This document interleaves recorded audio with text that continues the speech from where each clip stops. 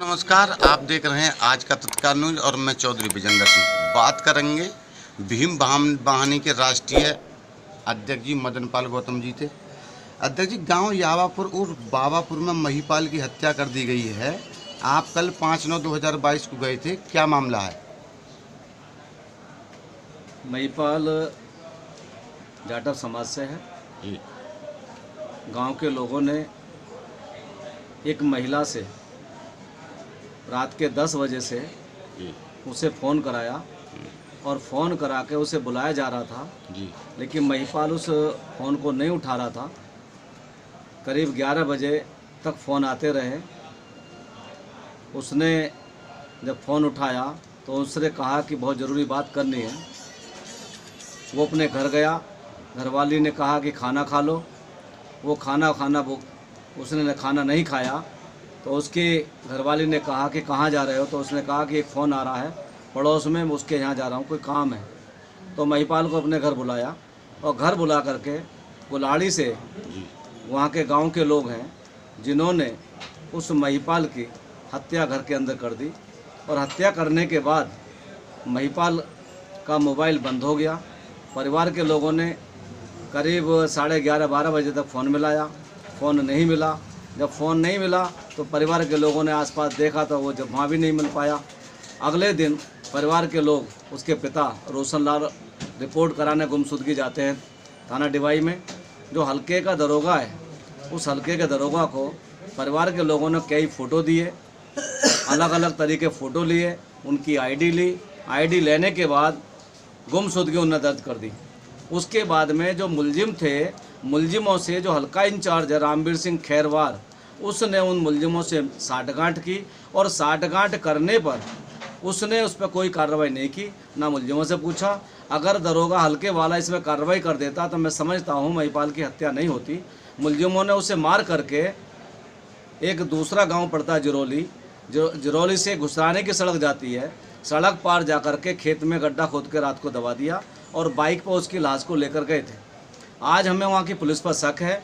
जो दरोगा है, जो वहाँ कोतवाल है, इन दोनों ने मिलकर के उसकी हत्या कराई है और मुलजिमों को पनाह दी है।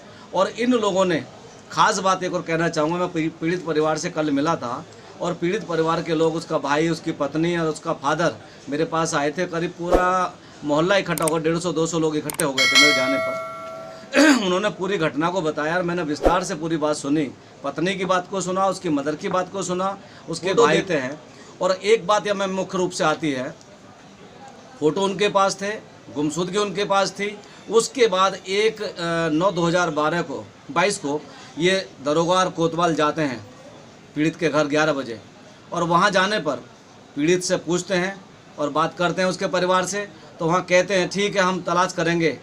उसके बाद रात के 12 बजे महिपाल की वही दरोगा और कोतवाल वहाँ से गड्ढे से मुलजिम को पकड़ते हैं और वह जहाँ उन्होंने लाश को दबाया था वहाँ से निकालते हैं। यहाँ पर उन दोनों की अगर मिली भगत नहीं होती, पुलिस इसमें अगर उनका साथ नहीं मुलजिमों को देती, तो जब वो लाश निकाल कर लाए थे तभी उस दरोगा को कहना चाहिए था कि आपके बेटे की लाश मिल गई है, फला जगह दबी है। उन्होंने किसी को नहीं बताया और लाश को अज्ञात में पोस्टमार्टम के लिए बुलंदशहर भेज दिया। 2 तारीख में सुबह को परिवार के लोग थाने जाते हैं। दरोगा कहता है भाई एक लाश मिली है और पोस्टमार्टम के लिए बुलंदशहर पहुंची हुई है, जाके मोर्चरी पर देख लो। परिवार के लोग बुलंदशहर आते हैं और बुलंदशहर मोर्चरी पर जब अपने वहाँ लाश को देखते हैं तो महिपाल की लाश को पहचान कर कहते हैं ये हमारा भाई है, हमारा बेटा है।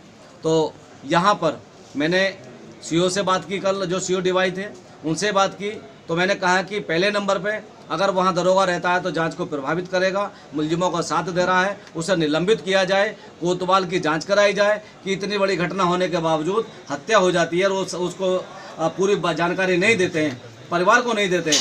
तो इन बातों के लिए मैं वहाँ गया था और मैंने ये मांग की थी कि पीड़ित परिवार की सुरक्षा कराई जाए और उनको जो दोषी हैं।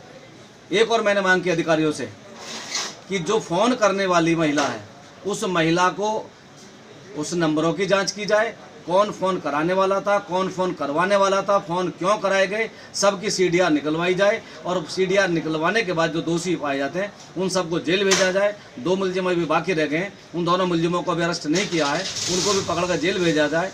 क्योंकि यहाँ पुलिस की सह पर ही ये हत्या की गई है। और पुलिस ने इसमें बहुत मोटी रकम ली है, जो जानकारी मिली है, और मोटी रकम लेने के बाद ही वो इस हत्या को छिपाना चाह रहे थे, लेकिन परिवार के लोगों की वजह से हत्या नहीं छिपाई।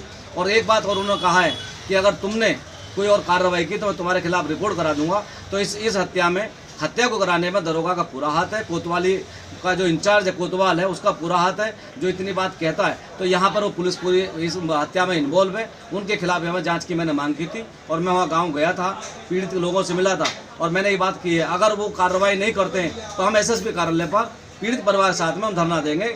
कप्तान जब तक इसमें न्याय नहीं करेगा पीड़ित परिवार के साथ, हम धरने से नहीं उठाएंगे। अध्यक्ष जी, कै लोगों के नाम मुकदमा दर्ज हुआ है? 5 लोगों के नाम मुकदमा दर्ज है, जिसमें 3 लोगों को गिरफ्तार कर लिया, 2 लोगों भी बाकी है।